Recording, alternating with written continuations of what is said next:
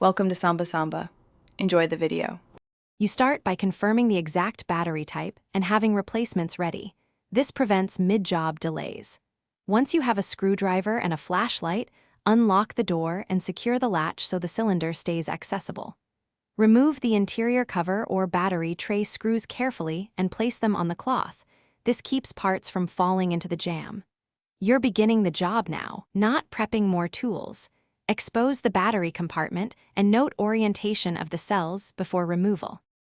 You next extract the old cells, pulling them straight out to avoid bending contacts. Observe and remember polarity and order because reversing cells can damage electronics. If contacts show corrosion, clean gently with a pencil eraser or isopropyl on a cotton swab. Make sure the compartment is dry before proceeding. Install the new batteries matching the markings exactly, press them so springs seat fully, and then replace the tray or cover. Once done, tighten screws snugly, but don't over-tighten and risk stripping.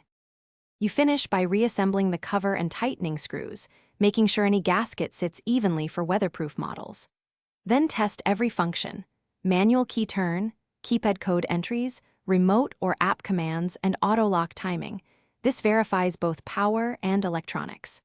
If the lock still behaves oddly, remove the batteries to recheck polarity and contact cleanliness, then try a second set of known good cells. One troubleshooting tip: a weak new set often signals a bad contact or damage.